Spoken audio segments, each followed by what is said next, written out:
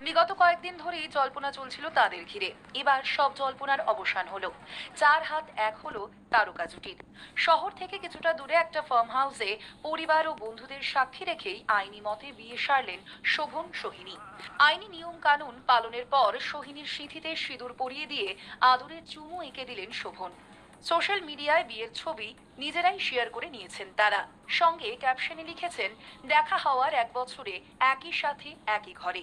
নবদম্পতিকে সঙ্গে দীর্ঘদিন প্রেমের সম্পর্কে ছিলেন অভিনেত্রী স্বস্তিকা দত্ত, কিন্তু সেই সম্পর্কে ভাঙন ধরেছে অনেক আগেই। শোভন মন দিয়েছেন অভিনেত্রী সোহিনী সরকারকে। সদ্য বিবাহ বন্ধনে বাধা পড়েছেন তারা। একদিকে যখন সোহিনীর সঙ্গে আইনি বিয়ে সারছেন শোভন, তখনই অন্যদিকে চোখে পড়ল স্বস্তিকার গায়ে হলুদের ছবি। তবে কি কারো সঙ্গে গাঁটছড়া বাঁধছেন স্বস্তিকা? শোভন গঙ্গোপাধ্যায় ও সোহিনী সরকারের চার হাত এক হয়। তাদের ভালোবাসার সম্পর্ক পেল নতুন নাম। ইন্ডাস্ট্রির জাঁকজমক থেকে বেশ কিছু দূরে দক্ষিণ 24 পরগনার একটি ফার্ম হাউসে বিয়ে সারেন শোভন সোহিনী। বিয়ের পর শ্বশুর বাড়িতে সংসার শুরু করেছেন সোহিনী। ঘরোয়া বৌভাতের পর্ব মিটেছে। সমাজ মাধ্যমে সেই ছবি ভাগ করে নিয়েছেন অভিনেত্রী। শোভনের হাতে হাত রেখে ছবি তুলেছেন সোহিনী। সেই ছবির পোস্টে শোভনকে ভালোবাসার বার্তা দিয়েছেন নতুন বউ।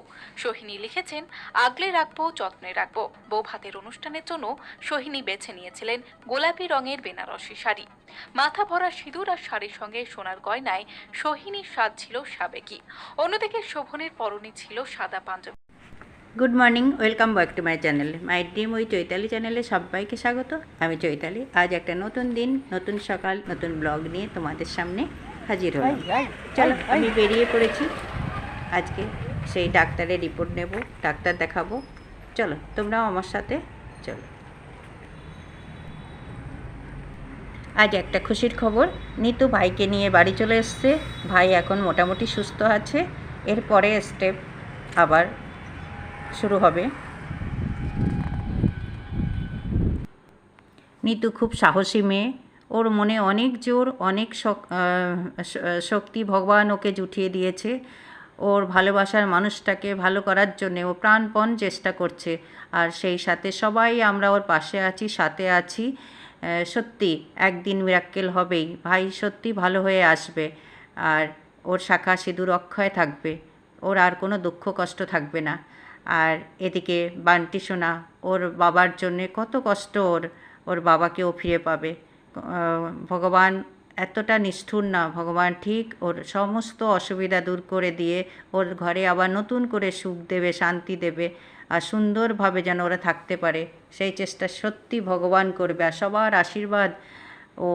সবার আশীর্বাদে ও অনেক ভালোভাবে থাকবে।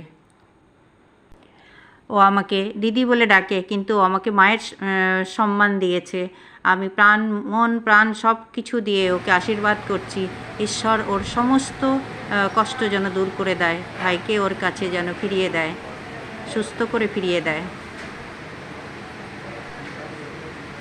আর এখানে আমি আল্ট্রাসোনোগ্রাফি করেছিলাম, সেই রিপোর্টটা নিতে আমি এসেছি। কিন্তু একটু দেরি হচ্ছে, ওরা আমাকে বসতে বললো, এই জন্য আমি বসে আছি। চলো, আমি রিপোর্ট পেয়ে গেছি। এবার আমি যে ডাক্তার দেখাবো সেখানে আমি যাচ্ছি। দেখো কি সুন্দর একটা ফুলের গাছ, কি সুন্দর ফুল ফুটেছে। এই গলিটাতে আসলে না আমার ভীষণ ভালো লাগে ওই গাছটাকে দেখলে। গাছটায় লাল লাল ফুল হয়, খুব ভালো লাগে। এত ভালো লাগে যে ওখানে এসে আমি 5-10 মিনিট দাঁড়াবো। দেখো এখানে রঙ্গন ফুলও দেখা যাচ্ছে। দাঁড়িয়ে এক সময় অনেক ফুল থাকে আর মাঝে মাঝে কম ফুল। এই দেখো আমার হাতে সব রিপোর্ট রয়েছে। এবার আমি ডাক্তার দেখিয়ে বেরিয়ে এলাম। রিপোর্টটা দেখে ডাক্তারবাবু বললেন যে সেরকম কিছু অসুবিধে নেই, কিন্তু আমি জানি না কেন আমার এরকম পেটে জ্বালা যন্ত্রণা হচ্ছে। উনি রিপোর্টে কিছুই পেল না। যাই হোক, আবার ওষুধ চেঞ্জ করে দিল। দেখা যাক সেই ওষুধটা খেয়ে কতটা ভালো থাকি। 7 দিন পরে আবার যেতে বলেছে।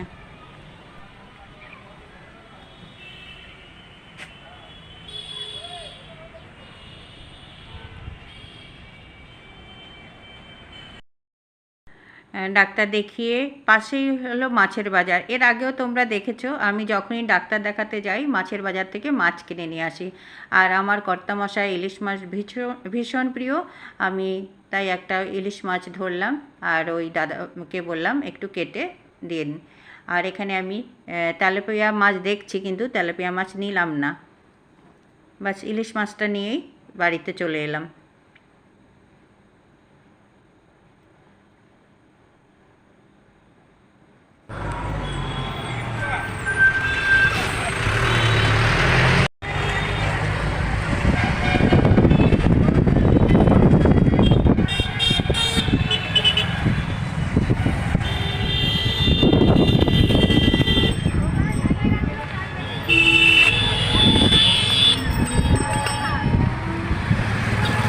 দেখো আমি টোটোতে উঠে পড়েছি, এবার আমি বাড়িতে চলে আসছি।